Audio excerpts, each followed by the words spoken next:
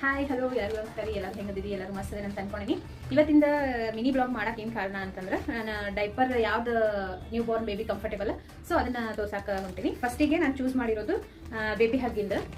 Baby hug advance. So ಇದು ಏನು comfort ಅಂತಂದ್ರೆ, ಇದೊಂದು 4 kg ವೇಟ್ ಹಿಡಿತೈತಿ ಅಲ್ಲಿ ಮಟ್ಟ. ಅದು ನ್ಯೂ ಬೋರ್ನ್ ವೇಟ್ ಅಷ್ಟೇ ಇರ್ತೈತಿ. ಸೊ ಇದು ಲೈಕ್ ಆಗೈತಿ, ಬಟ್ ಕಂಫರ್ಟೇಬಲಿ ಇಲ್ಲಿ ಮೇಲೆ ಅಷ್ಟು ಇಲಾಸ್ಟಿಕ್ ಕಂಫರ್ಟ್ ಆಗಿ ಕೊಟ್ಟಿಲ್ಲ ಬೇಬಿಗೆ. ಇದು ನೋಡ್ರಿ, ನಮ್ಮ ಡಾಕ್ಟರ್ ರೆಫರ್ ಮಾಡಿರೋದು ಪ್ರೋ ಈಸಿ ಲವಿಂಗ್ ಅಂತ ಹೇಳಿ ಲಕ್ಸುರಿ ಡೈಪರ್ ಅಂತ ಕೊಟ್ಟಾರ.